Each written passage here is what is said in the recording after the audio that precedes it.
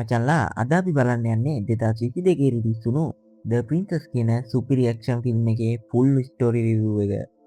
කතාව පටන් ගනිද්දිම අපේ ප්‍රින්සස් කුළුණක උඩම කාමරයක දෙකටම මාංචු දාලා තියද්දී ඇහැරෙනවා. ඇයට මතක් වෙන්නේ ඇයට සිහින තියෙන යමක් බොන්න දුන්න බවයි.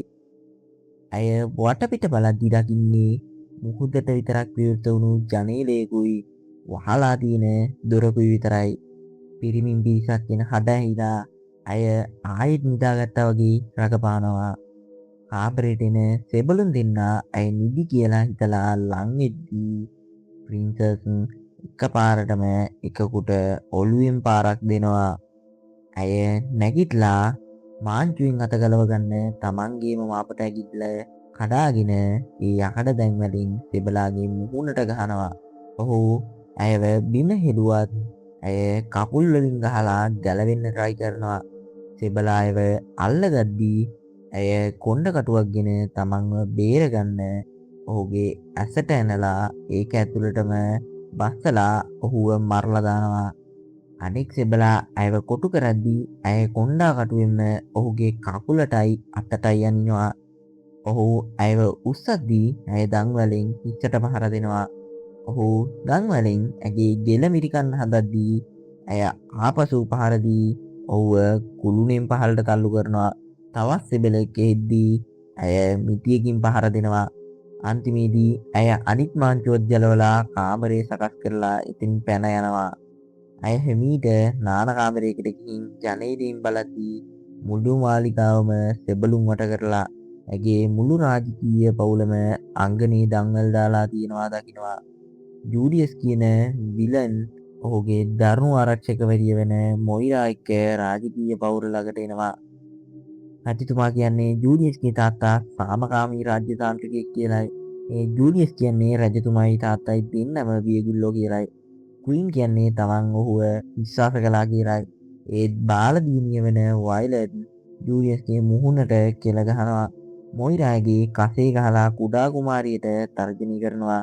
ජූලියස් රජතුමාට බේබදුකම ගැනත් චාරිත්‍ර විනාශ කරලා පිටස්තරින් පිළිගත් එක ගැනත් බයිනවා. රජතුමා බයෙන් පාලනය කරන්න බෑ කිව්වා. ජූලියස් කියන්නේ ජනතාවට ඕනි බලය කියලායි.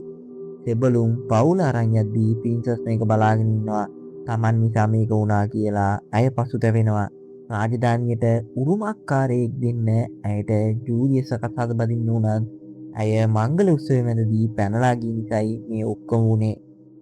හදිසියෙම සෙබළෙක් එද්දී ප්‍රින්සස් නාන බාල්දිය ඇතුළට බහැලා සැකවෙනවා.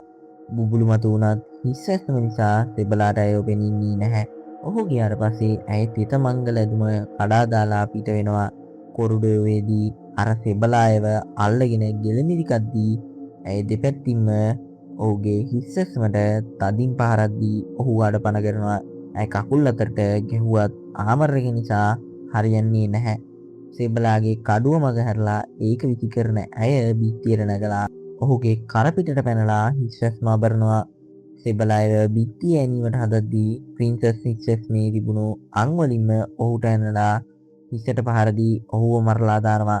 මේ ලේ වැකි දසුන දකිද්දී ඇයට ඇගේ ගුරුවරිය වෙන ලින්ව මතක් වෙනවා.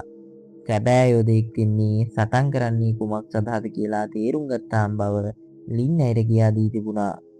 කුළුණෙන් වැටුණු සෙබලා දකින ජූලියස් ඒ ගැන හොයන්න කර්ට නියෝග කරනවා.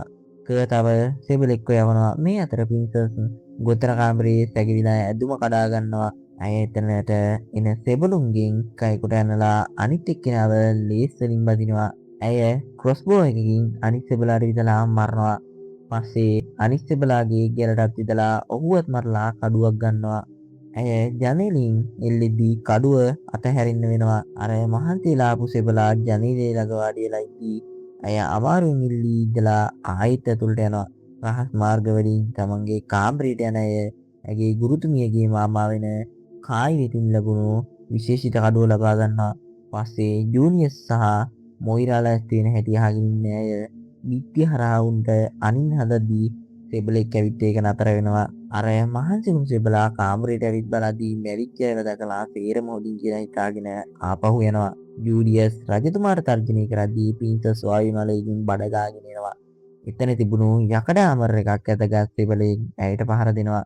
ඇය ඔහුගේ ආමර එකේ දුර්වල තැනකට පහර දීලා භූමි තෙල් ලාම්පුවක් සහ ඉටිපන්දමක් විසි කරලා ඔහුව ගිනි තබනවා. ගිනි ගස් සෙබලා පල්ලෙහාට වැටෙද්දී මොයිරා Tamanට අකීකරු වුණු කර්ගේ ගෙල කසෙන් කපලා මරලා දානවා. ප්‍රින්සස් පඩිපෙළ දිගේ එන සෙබළුන් එක්ක දරුණු ලෙස සටන් කරනවා. මාලේ පබළු හල්ලා සෙබළුන් වල ඉස්සලා වට්ටන ඇය යුද මිටියක් ගත්ත සෙබලාගේ චින් එකට ඇනලා මරනවා. තවත් සෙබළුන් එද්දී ඇය තුවාල ලබාගෙන අනිත් සෙබලාගේ ඇඟ මතට පැනලා බිමට වැටෙනවා. ඇය තිරරෙදි පිටුපස සැකවෙලා තුවාල සුව කරගන්නවා. ඇයට අතීතයේ රජතුමා සමග වූ කතාව මතක් වෙනවා.